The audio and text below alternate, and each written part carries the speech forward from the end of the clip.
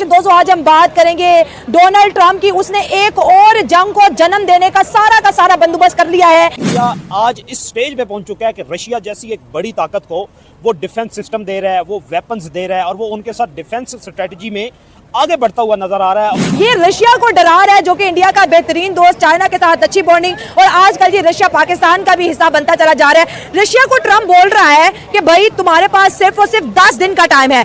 With the passage of time उसने green झंडी दिखा दी है जनाब इंडिया अमेरिका को, और रशिया के साथ अपने ताल्लुकात जो है वो बनाता चला जा रहा है। मुख्तलिफ 10 से 12 दिनों के अंदर रशिया ने अगर यूक्रेन के साथ वॉर खत्म ना की तो फिर यूएस जो है रशिया के ऊपर अटैक करने की सोच रहा है। और रशिया का जवाब ये है कि ना तो हम इसराइल है ना ही हम ईरान है जिसको तुम इतना लाइटली ले रहे हो। जो है वो उनसे ले रहा है, मुख्तलिफ डील जो है वो करता जा रहा है। और डेटोनेटर्स जो हैं वो भी, जो एटॉमिक डेटोनेटर्स हैं वो इंडिया रशिया से ले रहा है और रशिया को HMX जैसी टेक्नोलॉजी जो है वो रशिया को ट्रांसफर कर रहा है। और ये खबर ब्रेक किया रॉयटर्स ने, और रॉयटर्स ने बड़े दावे के साथ किया है कि इंडिया भी अपनी टेक्नोलॉजी जो है, अपने वॉरहेड जो है वो इंडिया के साथ ट्रांसफॉर्मेशन कर रहा है या ट्रांसफॉर्म कर रहा है या एक्सचेंज कर रहा है। बात करते हैं अकबर चाचा से कि इंडिया किस तरफ लेके जा रहा है खित्ते को। मुझे तो लगता है कि इंडिया सुपर पावर बनने जा रहा है और मिलिट्री सुपर पावर बनने जा रहा है। वॉर जो है रशिया और यूक्रेन की बजाय रशिया वर्सेस यूएस होता है। सस्पेंस ये है आज के टॉपिक का, अगर रशिया वर्सेस यूएस हो जाता है तो फिर विन कौन करेगा? क्योंकि इस वक्त अगर हम बात करें एक बड़ी पावर इंडिया भी इस वक्त ट्रंप से नाराज है और वो रशिया के साथ खड़ी है। क्योंकि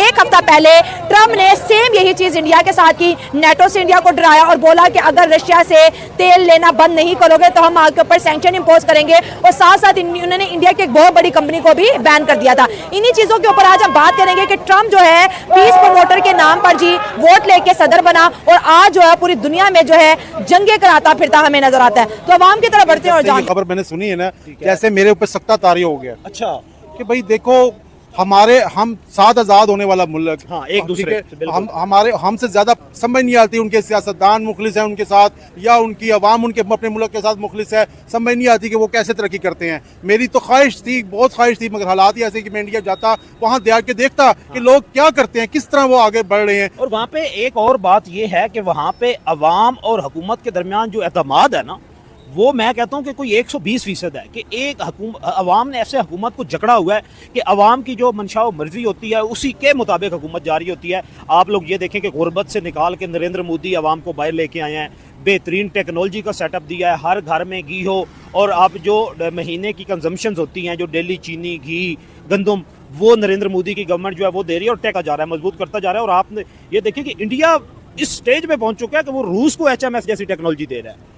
बिल्कुल उनको भी कुछ थोड़ी शर्म आ जाए कि हम भी कोई ऐसी टेक्नोलॉजी बनाए कि जो हम भी दें। हम तो सिर्फ गधे दे रहे हैं, ठीक है। हमारे पास तो वो वाफर है, वही हम दे रहे हैं, गोश्त लोगों को खिला रहे हैं और गधे उनकी खाल जो है चाइना को बेच रहे हैं। यकीन करें कि मैं हैरान हूँ कि इंडिया में देखे हुकूमत पूरी परफॉर्म तो नहीं कर रही ना, ठीक है। मोदी से के भी लोगों से इतराज है। किसी हद तक अगर लॉजिकली बात उसने बड़ी अच्छी किया कि यार जंग बंदी होनी चाहिए। ये तो एक ज्यादती हो रही है, वो चाहे ख्वाह मुसलमान है या वो मुसलमान नहीं भी है, तो जंग बंदी तो नहीं होनी चाहिए। तो बड़ी एक लॉजिकली बड़ी ऑथेंटिक सी बात है। अब रहेगी बात ट्रंप की। ट्रंप को तो वैसे मेरा ख्याल हर कोई मजाक समझता है कि वो एक वाइट भालू है इस पूरे मेरा ख्याल मुल्क का, जो सुपर एशिया का क्या पूरी सुपर पावर बना हुआ है। लेकिन उसको ये नहीं पता कि उसने जिसको बात की है ना वो भी एक दौर में सुपर पावर रहा है और वो रशिया जो है ना वो फिर ट्रंप को बताएगा, इसका जवाबी कार्रवाई जरूर देगा। ये हो ही नहीं सकता कि वो चुप कर जाए। वो युगांडा या चाइना या पाकिस्तान का तो मुल्क नहीं है तो जो बोलेगा जवाब नहीं देंगे। लेकिन ईरान जैसे मुल्क ने जवाब अगर दे दिया था तो अमेरिका को या फिर उनको इसराइल को, तो फिर ये तो ट्रंप की भूल है। लेकिन इस तरह नहीं होना चाहिए। आपके सामने उन्होंने बोला कि हम ना इसराइल है और ना ही हम ईरान, ऐसे ही देखें जिसको तुम 12 दिन का टाइम देके डरा रहे हो। देखें पुतिन के पास अपने मिसाइल है, अपनी इकोनॉमी है, वो खुद सुपर पावर की स्ट्रांग रखता है, उनके पास अपने अपने ऐसे हथियार हैं। तो वो ये ट्रंप की बेवकूफ़ी है, ये थोड़ा सा कम अकली सा कह रहा है। इसने दुनिया में पता नहीं कैसे कैसे टैरिफ बना दिए 30% 35%, वो बड़ी इकोनॉमी उससे डिवैल्यू हो रही है। इसको खुद नहीं पता, सिर्फ पैसा बनाने आया हुआ। ये इसने ना अपना ट्रंप कॉइन भी लॉन्च किया, एनिमी अपनी बेगम के नाम से भी लॉन्च किया, तो उसने बड़ा पैसा ना वहीं से बनाना शुरू किया। और ये बाकी जो दुनिया को मजाक समझ रहा है, तो ये इसकी गलत फहमी है। इसको ऐसा नहीं करना चाहिए, सबके लिए सोचना चाहिए, वो कोई भी हो। अगर इस तरह हुकूमत कभी भी 100% अवामी जो उमंगें होती हैं या अवामी विल जो होती है उस पर पूरा तो नहीं उतरती, लेकिन अक्सरियत में देखा जाता है कि अवामी मफाद में वो कितने फैसले कर रहे हैं। मगर मैं समझता हूँ वो अपने जो है ना अच्छे और बुरे की पहचान उनको होगी है। हमें 70-75 सालों में अच्छे बुरे की पहचान ही नहीं हुई है। हम यही कहते हैं कि बस ये भी हमारा दोस्त है, वो भी हमारा दोस्त है, इससे भी हमने खाना है, उससे भी हमने खाना है। मगर इंडिया वाले कहते हैं हमने अब किसी से खाना नहीं है, हमने अपना उगाना है, अपना खाना है, हमने किसी की तरफ नहीं देखना और अपने मुल्क को आगे लेके जाना है। इसीलिए उनका मुल्क आगे जा रहा है, चाहे उनके देखे सियासतदान जैसे भी हैं, मगर उनकी अवाम अपने मुल्क के लिए मुखलिस है। अभी आपने ये देखा है कि इस मामले पे असदुद्दीन अवैसी जो कि बड़ा आप ये कह लें कि अपोजिशन लीडर और बड़ा नरेंद्र मोदी के खिलाफ है, योगी नाथ के खिलाफ, आदित्यनाथ के खिलाफ है, वो डिफेंस मिनिस्टर के बड़ा खिलाफ है और बड़ी तकड़ी अपोजिशन करता था। लेकिन अब मोदी के पॉलिसी से वो इंस्पायर होकर अभी क्रिकेट मैच में आपने देखा तो उसने कहा कि हमने तो टीम ही नहीं देनी थी, हमने तो एशिया कप खेलना ही नहीं था, तो पाकिस्तान के साथ जब तक हमारे ताल्लुकात नॉर्मलाइज नहीं होंगे हम अपनी टीम भी नहीं देंगे। उधर से अमेरिका ने साइड बदली, अमेरिका ने आंखें दिखाना शुरू की। अमेरिका आपको पता है कि बड़ी कोशिश करता रहा कि हम लोग जो हैं अपना F-35 जो है वो इंडिया को बेचें। उसने बड़े पापड़ भी बेले, तरले किए, मिन्नतें की नरेंद्र मोदी की, लेकिन वो उन्होंने किसी तरह उनको घास ही नहीं डाली। उन्होंने सीधा जहाज उठाया और रशिया की जो लोगों ने वोट दिया ना, इसने अपनी सियासी कैंपेन में बोला कि मैं दुनिया में पीस करूंगा, मैं आते ही इसराइल और फलस्तीन को सॉल्व करूंगा, फिर मैं रशिया यूक्रेन 2 बड़ी वॉर्स को मैं सॉल्व करूंगा अगर आप मुझे लीडर बनाते हो। 2 वॉर तो वही की वही है, तीसरी ईरान के साथ और चौथी रशिया के साथ भिड़ने वाला है। ऐसे ही होने वाला है। ये तो जिस वोट पे जिस मुद्दे पे आया था, ये तो मुद्दा भी वो ना रहा। मुद्दा ये देखें, बातें सियासी तो बातें सारी करते हैं ना इक़्तिदार में आने के लिए, तो इसने वही एक प्ले कार्ड किया हुआ है और उसका ये नाजायज़ फ़ायदा उठा रहा है, सबके साथ उठा रहा है। तो ये मेरा ख्याल है कि ये हिस्ट्री में लिखा जाएगा। अगर ये ट्रंप ने अल्फाज किए और उसने रशिया ने इस पर हमला किया तो ये हिस्ट्री बताएगी कि फिर सुपर पावर मेरा ख्याल है चेंज हो जाएगी इन फ्यूचर। ठीक है सर, रशिया के ब्लॉक की बात करें, देखिए जब उसके ऊपर सैंक्शन लगते हैं अमेरिका की वजह से और यूरोपियन यूनियन की वजह से, कोई से पेट्रोल नहीं खरीदेगा, तो इंडिया ने सबसे ज़्यादा पेट्रोल रशिया से लिया और फिर वो यूरोप कंट्रीज़ को बेच के सबसे बड़ा ऑयल का एक्सपोर्टर भी बना। अब ट्रंप ने इंडिया के ऊपर भी जो है नेटो की पावर से प्रेशर डाला है कि रशिया से तेल खरीदोगे तो तुम्हारा हाल भी बहुत बुरा होगा। एक तरफ इंडिया को डरा रहा है, एक तरफ रशिया, जबकि दोनों ही बेहतरीन दोस्त हैं। दोनों बेहतरीन दोस्त हैं। अब इंडिया और रशिया की बॉन्डिंग पे क्या कहेंगे? इंडिया नहीं किसी की मानता है, इंडिया इकॉनमी बड़ी स्ट्रॉन्ग हो चुकी भी है, वो अमेरिका शहर को नहीं मानता, वो किसी खाते में नहीं लगता। देखें बड़ी जगह अमेरिका ने बैन किया हुआ कि आपने फलानी कंट्री से पेट्रोल नहीं लेना, फलानी कंट्री से आपने कुछ रिजर्व नहीं करना, डॉलर की उस पर कोई चेंजिंग करेंसी नहीं करनी है, तो ये चीज़ें नहीं कंसीडर की जाती।